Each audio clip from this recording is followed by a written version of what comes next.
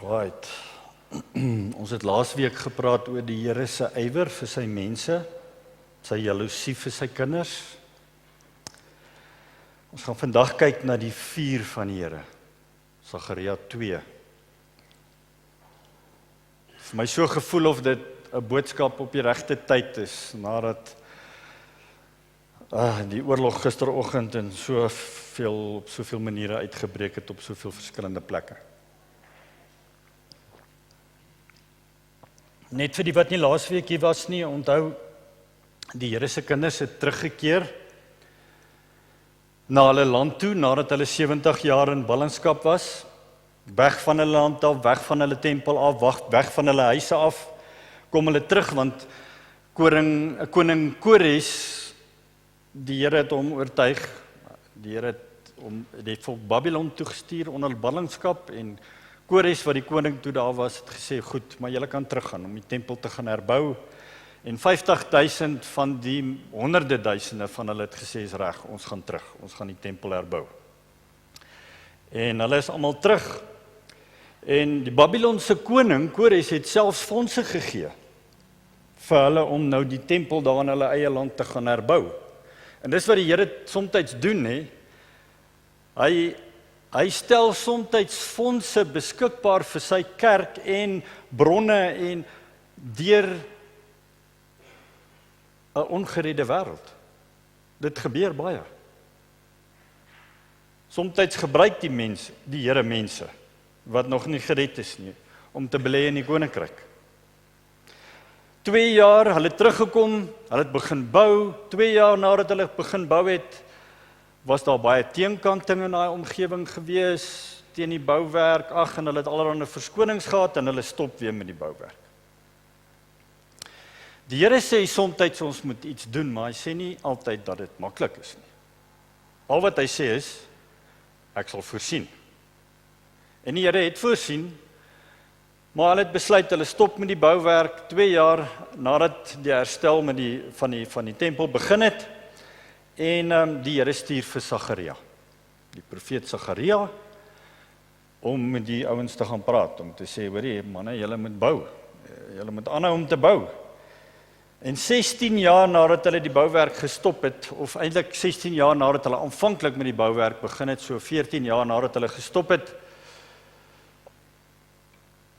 het die Here gesien, maar hulle gaan nie aangaan met hierdie bouwerk nie. Hulle hang net rond, hulle wandel nie waardig die roeping waarmee hulle geroep is nie, hulle is net daar. En hy stuur vir Sagaria en vir Haggai, om hulle weer te bemoedig en hulle aan te moedig en te sê, hoorie, bouwerk moet aangaan, die tempel moet gebou word. So, ons is besig om te kyk na die boek en die profesie van Sagaria, en ons kyk vandag na hoofstuk 2. Hoofstuk 2 vers 1. Dis nou Sagaria wat praat. Hy sê, en ek het my oë opgehef en gekyk. Daar was 'n man met 'n meetsnoer in sy hand. Toe sê ek vir hom, waar gaan u heen? So ons sien hier Sagaria te ontmoeting met die Here, is asof hy 'n visioen gekry het, né? Ek glo dit was 'n visioen. Hy sien hierdie man wat op pad is om nou allerlei afmetings te gaan maak daar rondom Jerusalem. Want die bouwerk moet mos nou begin.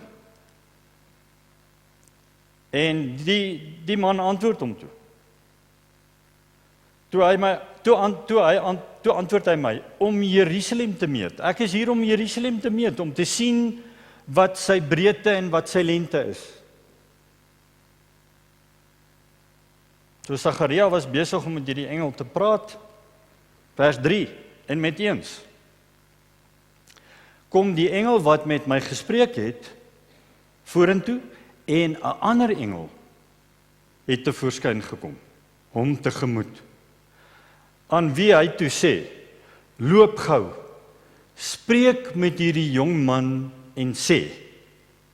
So, wat sien ons hier? Hierdie een engel sê nou vir die ander een. Hy sê in vers 4, hardloop. Hardloop en sê vir hierdie jong man, Jerusalem gaan 'n stad sonder mure word. So baie mense en diere gaan daar in hom wees. Daar gaan so baie mense en diere daar wees, dat dit 'n stad sonder mure gaan wees. Die Here sê, ek sal 'n muur van vuur rondom die stad wees. My magtige teenwoordigheid sal binne hom wees. Vers 6. Kom, vlug uit die Noordland, sê die Here. Sê, kom terug daar van Babylon af. Ek het julle na die vier windstreke toe versprei. Verstrooi, sê die Here. Kom Sion, jy wat in Babel woon, kom weg daar. So sê die Here die Almagtige, wat my met volmag gestuur het na die nasies toe, wat oorlogsbyt van julle gemaak het. Wie aan julle vat. Die Here praat met sy kinders. Wie aan julle vat aan my oogappel. Onthou, ons het laasweek gesien, die Here is jaloers op sy kinders.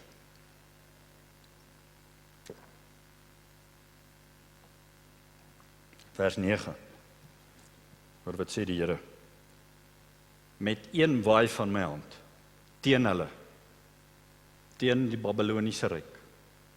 Een hand, teen hulle gaan ek hulle die gevangenes van hulle eie slawe maak. Wanneer dit gebeur, sal julle weet dat die Here die Almagtige my gestuur het. Juig, Sion.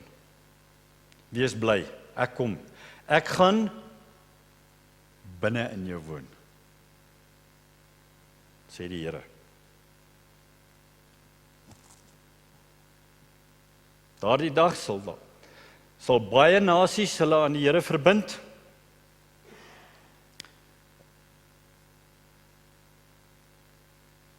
Ek dink ek het hierdie vers gemis, maar luister maar net.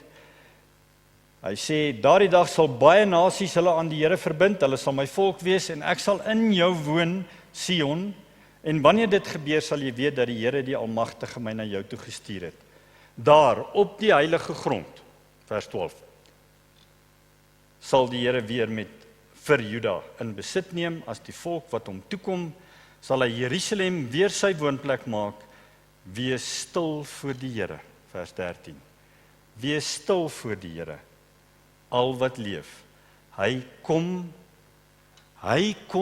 uit sy heilige woning te voorskyn. OK, dis 'n mondvol. Ek gaan saam met julle daar deurgaan. Sagaria het 'n ontmoeting met die engele. Een engel is op pad om Jerusalem op te meet, die grense op te meet, en 'n ander engel, onthou die engel wat opgemeet het, het nie geweet van die ander engel nie, van die tweede engel nie. Ons moet in gedagte hou, engele is geskape wesens. Nee? Ons aanbid hulle nie. Ons bid ook nie deur hulle nie. Ons moet versigtig wees in ons gebede as dit by engele kom. Ons bid baie keer, Here, sal U 'n engele skaar van engele om ons trek. Ons hoef nie vir die Here te sê wat hy met sy engele moet doen nie.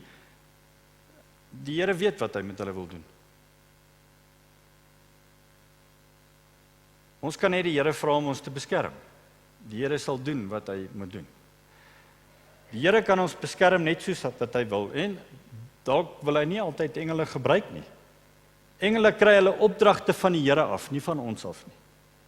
In die Nuwe Testament staan daar veral, ons moenie engele aanbid nie, ons aanbid die Here, ons aanbid Jesus Christus. Ons moet versigtig wees, want ons word maklik in 'n kultuur opgeneem, in 'n kerk, in iets wat nie Bybels is nie. Nee, so ons is geskape aardse wesens, die engele is geskape hemelse wesens. Hulle weet net wat die Here vir hulle sê.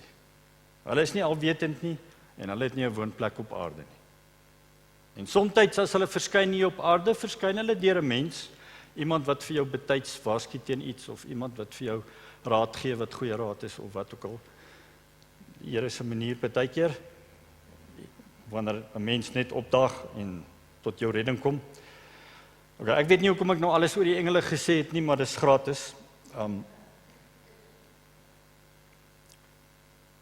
Terug by Sagaria se visioen, dit wat hy gehad het. So die engel sê vir die ander een, jy kan maar ophou om op te meet, jy mors jou tyd.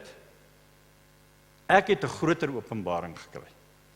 Ek het by die Here iets anders gehoor as wat jy gehoor het. Hy sê net, die Here se plan met hierdie stad is nie dat dit afmetings nodig het nie. Daar gaan te veel mense en diere wees. Grense is nie nodig nie. So in die eerste gedeelte van Sagaria 2, in die tweede hoofstuk van hierdie boek, gaan dit oor die Here se belofte en oor sy doelwitte met sy mense, om sy teenwoordigheid weer onder hulle te kom vestig, né? Hy wil hê die tempel moet weer gebou word, wanneer hy hulle harte roer om weer te begin bou. En dis presies die punt hier, die Here wil woon tussen sy mense.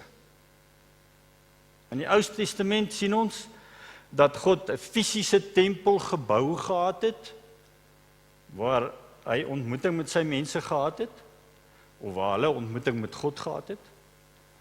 Ons, in die Nuwe Testamentiese tyd, die Nuwe Testamentiese weergawe van die tempel, is ons, is ek en jy. So, God se plan hier in Sagaria se tyd was dat hulle die tempel weer moet herbou, want hy wil tussen sy mense wees. Intussen het Jesus aarde toe gekom, nou sal die Here altyd tussen sy mense wees, want as jy Jesus Christus ken, as hy jou verlosser en jou redder is, dan sal die Here in jou, sy tempel, woon. Ons sal God se tempel wees. Jy en ek sal die plek wees waar hemel en aarde ontmoet. Nie meer 'n gebou nie, maar 'n mens. Mense wat die teenwoordigheid van die Here dra saam met ons. Nee?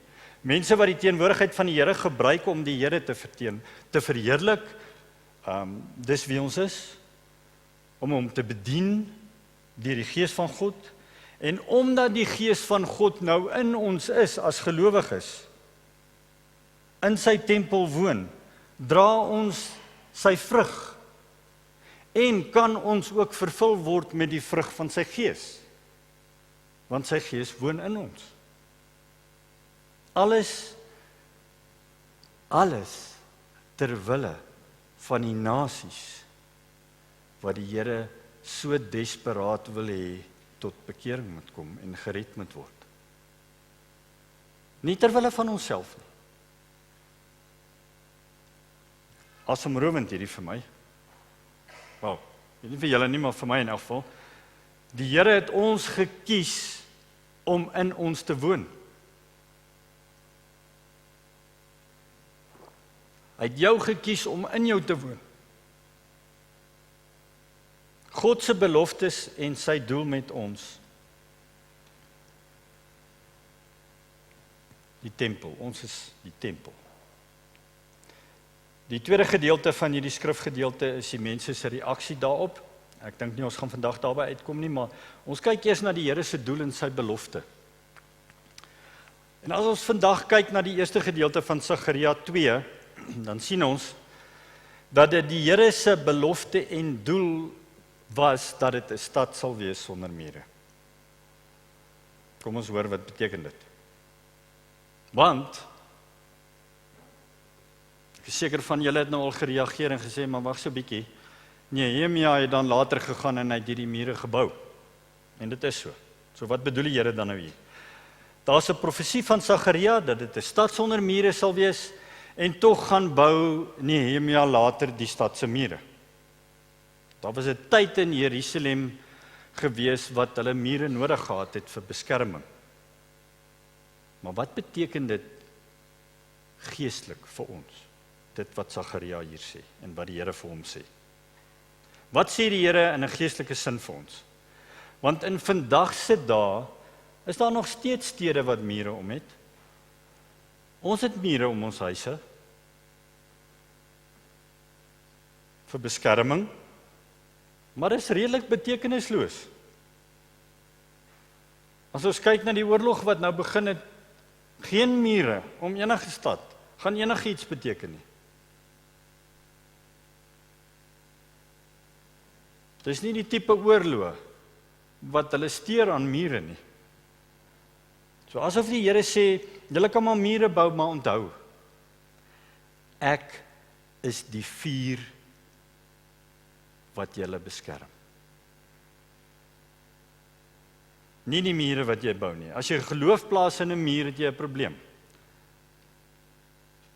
Plaas jou geloof in my, maak seker dat jou hart, hoor mooi, maak seker dat jou hart 'n stad is sonder mure.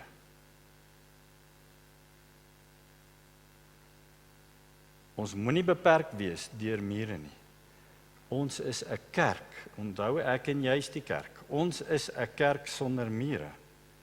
Ons is nie veronderstel om beperk te word deur mure of deur 'n gebou nie. Psalm 127 staan daar, as die Here die huis nie bou nie, te vergeefs werk die wat daaraan bou. Wie bou die gebou? Die Here of die arbeiders? Beide. Maar as die Here nie bou nie, is die gebou gevul met niks. As die Here die stad nie bewaar nie, te vergeefs waak die wagter. Ons kan wag hou, maar as ons geloof nie in die Here Jesus is nie, moet ons weet.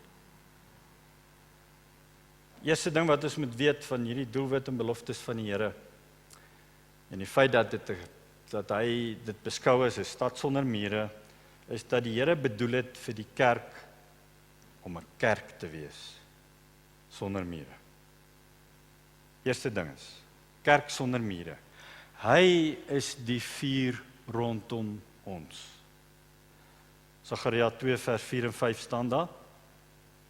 Hardloop en sê vir daardie jong man, Jerusalem gaan 'n stad sonder mure word. So baie mense en diere gaan daar in hom wees. Die Here sê, ek sal 'n muur van vuur rondom die stad wees. Wanneer ons onsself beperk deur mure, dan beperk ons onsself deur die hoeveelheid mense wat die Here kan bereik deur ons, en ons beperk onsself ook deur die bronne wat die Here beskikbaar kan stel om dit te laat gebeur. Dat die nasies bereik kan word. Ons moet die koninkryk bou, ons moet lewens bou, staan op julle kalenders. Sonder voorwaardes, sonder beperkings. Wat hy basies hier sê is, bou 'n lewe sonder beperking. Vryheid, beweeglikheid is nodig. Daar moet nie mure wees wat keer nie. Sodra ons soliede strukture om ons begin bou, dan het ons nie die mobiliteit om te kan beweeg nie, soos wat die Here wil hê ons moet beweeg nie. Daar moet beweeglikheid wees in jou hart, beweeglikheid in ons lofprysing, beweeglikheid in jou aanbidding. Is daar vrymoedigheid? Is daar die vryheid in ons kerk om stil te wees vir die Here? Ja, ek dink daar is. Is daar die vryheid en die beweeglikheid om uitbundig te wees vir die Here? Ek wil sê, ek hoop daar is. Laat ons onsself nie beperk deur die spesifieke en voorskriftelike maniere van aanbidding wat oral rond gepraat word. Deur hoe ons lofprys, of hoe ons aanbid, of hoe ons mekaar groet as gelowiges as ons hier by mekaar kom op 'n Sondag. Kom ons laat die Here doen toe om te doen wat hy wil doen. Al weet ons nie altyd presies hoe om kulture oor en weer te hanteer nie, weet ons die vrug van die Gees wat in ons is genoeg om dit te kan hanteer. Die vrug van die Gees is al wat ons nodig het. Op die bord hier op die hoek voor ons kerk staan. Almal welkom. Sluit niemand uit nie. Geen ouderdomsbeperking, Geen persoonlikheidsbeperkings, of beperkings van agtergrond of klas of ras nie, net kerk van Jesus sonder mure. Die Here het 'n 7-jarige Joas gebruik as koning. Die Here het 'n 12-jarige Samuel laat profeteer. Die Here kan die oudste persoon in die gemeente gebruik. Elke mens het die kapasiteit om die tempel van die Heilige Gees te wees. Wat beteken elke mens het die kapasiteit, maak nie saak hoe oud, hoe jong, wie, van waar, om die tempel te wees, waar hemel en aarde ontmoet. 'n Stad sonder mure, mense sonder mure, sonder beperkings as dit by die Here se dinge kom. Die gawes is nie beperk tot geslag of ouderdom nie, of klas nie. Selfs die slawe sien ons in die Bybel. Mees onwaarskynlike mens, selfs. En jy dink hulle werk vir jou en die Here sê,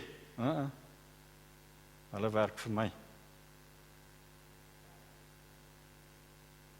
Ek gaan my gawes uitstort op die werkgewers, sowel as op die werknemers.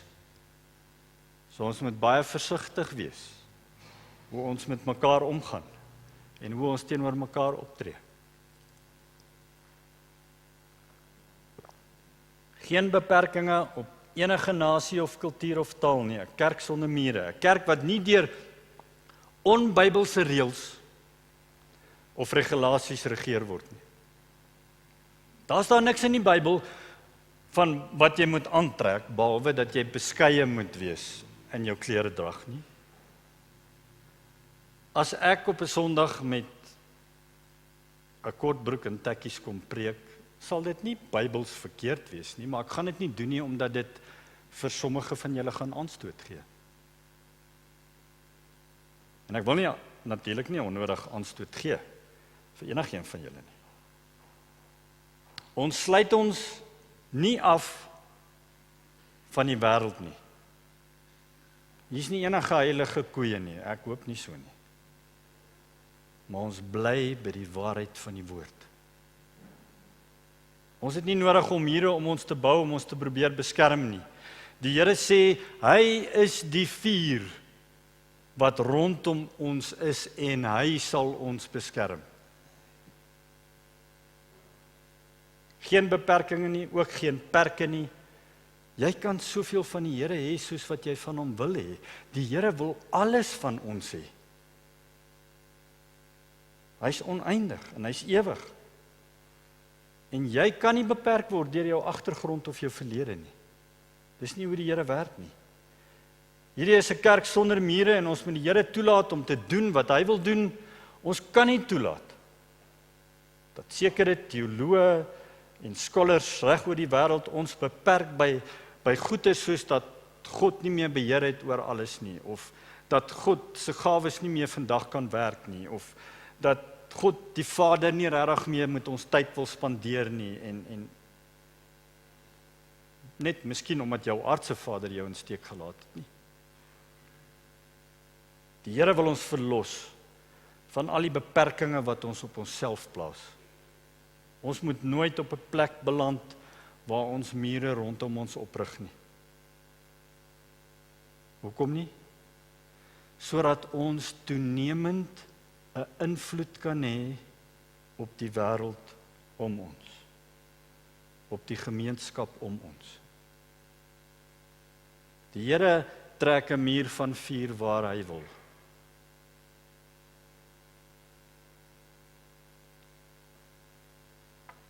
Tweede ding. As ons kyk na die doelwit en die beloftes van die Here, is dat die Here ook die glorie en die heerlikheid wil wees.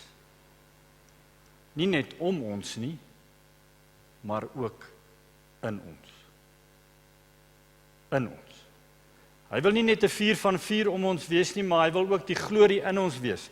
Julle onthou daai advertensie jare terug van die man wat die Cremora in die yskas gesoek het, en Op 'n stadium toe skryf sy vrou, ek kry nie die Cremora nie, en toe skryf sy vir hom, it's not inside, it's on top. Our Lord is not on top. He's inside. He's inside. Hy is die glorie en die heerlikheid in ons. God se teenwoordigheid in elkeen van ons. Dit is die kerk. Dis ek en jy. Die belofte van die Here. Julle het al mense gehoor getuig, en ek het onlangs weer so getuienis gehoor. Ek het julle gesê, ek het 2 naweke terug bietjie nuus gekyk, en ek het al 'n paar goeie goed ook gesien, maar julle het al baie getuienis gehoor van iemand wat sê, hulle het langs die pad die kar gebreek, en daar het mense gekom om hulle te beroof, en toe iemand uit die kar uitklim, toe hardloop hierdie ouens skielik weg, of hulle het met hulle begin praat, en toe net ewe skielik toe besluit hierdie ouens, hulle draai om en hulle stap weg. Ek wil glo, dis die glorie van God in ons. Dis die heerlikheid van God in ons wat sigbaar is. Elke liewe persoon wat 'n tempel is, wat Jesus het die glorie van God in hom of haar. Dis hoekom jy nie sulke mense sleg sê of hulle beskinne nie. Want dan skinder jy oor die glorie van God. Jy's die appel van God se oog, het ons laasweek gesien. En ons medegelowiges in ons dorp, in die wêreld, is die appel van God se oog. Die derde ding, wat ons hier sien wat die doelwit en beloftes van die Here aanbetref, is dat die Here sê, geregtigheid is myne. Die oordeel kom my toe. Sagaria 2 vers 8 sê die Here, so sê die Here die Almagtige wat my met volmag gestuur het na die nasies toe, wat oorlogsbyt van julle gemaak het, wie aan julle vat aan my oogappel, sê die Here. En met een waai van my hand, teen hulle, gaan ek hulle gevangenes maak van hulle eie slawe. Die Here kan ander nasies en ander dinge gebruik om sy kinders te leer, selfs lesse te leer. Dit kan gebeur, soos ons gesien het in Sagaria 1. Maar daar is 'n limiet en die Here bepaal die grense hiervan. En miskien gebruik die Here ander nasies, maar dit beteken nie die feit dat hy hulle gebruik, dat hulle onskuldig of perfek is nie, glad nie. Want as jy te ver gaan met die appel van God se oog, het jy 'n probleem. En hy sê, dan sal hulle slawe word van hulle eie slawe.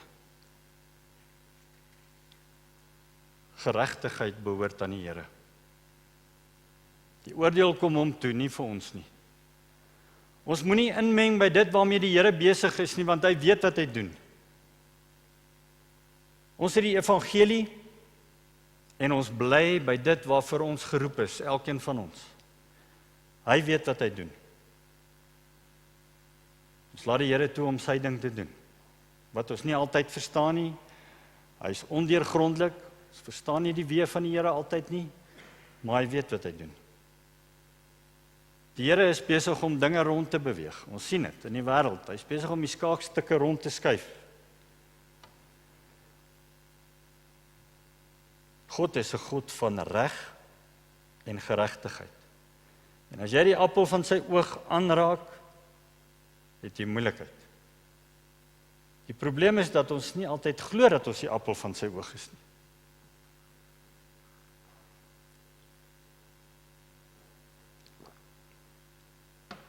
Glo jy, Gert, dat jy die appel van die Here se oog is? Glo jy dit, Willem? Werner? Annabie? As mense jou onregverdiglik oordeel en die glorie in jou, die glorie van God in jou, aantas, gaan hulle die prys betaal. Al voel dit nie vir jou altyd so nie, selfs al sterf jy, gaan hulle nog steeds die prys betaal. Gelukkig gaan jy in die hemel wees. Niemand kom weg met enige iets nie. Al is die hofuitspraak nie wat jy verwag het nie. In die groter prentjie van God se plan en doel met ons lewens, sal niemand wegkom met ongeregtigheid nie. Ja, maar hulle kom weg met miljoene rande se bedrog. Ek dink eintlik biljoene rande se bedrog. Die koning van alle konings hou rekenskap. Hy maak die somme. Hy hou rekening van alles. So kom ons hou op om bekommerd te wees oor wat gebeur en wat nie gebeur nie, en ons hou aan met die bouwerk. Kom ons tel ons gereedskap op en ons tel ons uitrusting op en ons maak seker dat ons, die appel van God se oog, besig is met dit waarvoor hy ons geroep het. Die vierde ding.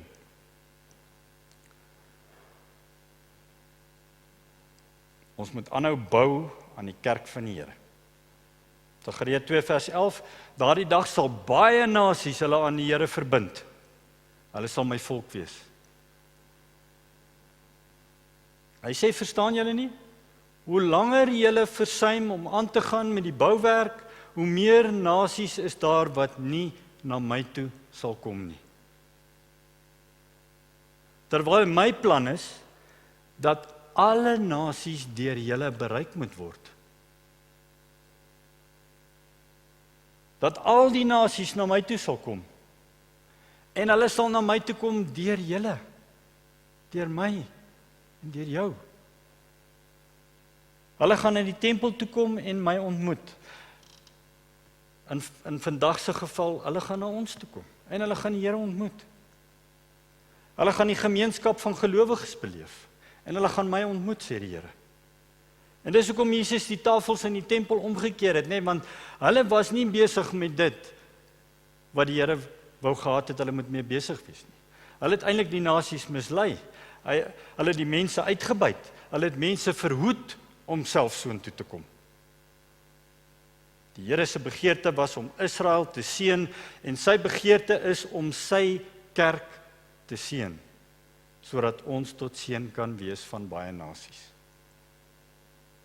En dis natuurlik die rede dat ons 'n gemeente is wat reg oor die wêreld uitreik, nog altyd. Ons is reg oor die wêreld by sending betrokke. Hier, oral, soos wat die Here ons lei, want dit is die Here se hart. Ja, maar hoe gaan ons dit regkry om nou nog dit of dat te doen? Al wat ek weet, die Here se vuur is rondom ons, en sy glorie en sy heerlikheid is in ons. So ons kan dit regkry, want hy sal altyd voorsien. En hy het nog altyd. In die laaste plek. Die Here het hom verhef uit sy heilige woning. Daar staan in Sagaria 2:13, wees stil voor die Here, al wat leef. Hy kom uit sy heilige woning te voorskyn. Die ander vertaling sê, swyg alle vlees voor die Here, want hy verhef hom uit sy heilige woning.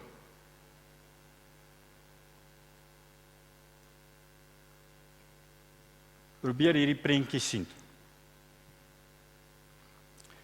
Die Here sit en hy is besig om alles in die wêreld te orkestreer, te reël, te organiseer, te beheer, te kontroleer.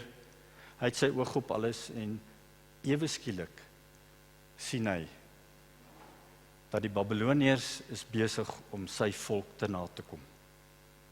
Hulle is besig om te ver te gaan.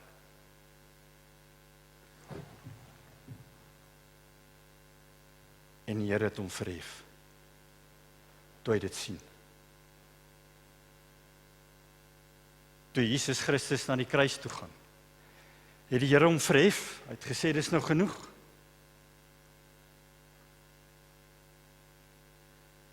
mense wat sukkel om hulle verhouding met die Here te herstel en wat allerlei maniere probeer en wat dink ek moet elke Sondag kerk toe gaan en wat dink ek moet my Bybel lees elke dag en wat dink ek moet goeie dade doen aan mense en die Here kom agter die mens kan nie daai verhouding met hom weer herstel nie. Die mens het nie die vermoë nie en hy het op 'n dag gekom en hy het gesê dis genoeg en hy het Jesus Christus aarde toe gestuur. Hy het homself verhef, hy het opgetree. En wanneer die Here dit doen, moet jy weet dat hy nou genoeg gehad het.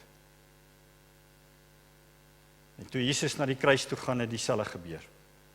Hy verhef homself en hy sê hier in hierdie tyd vir sy mense, julle moet begin bou.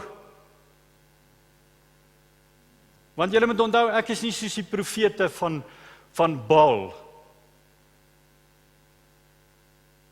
Ek is nie soos hulle God nie.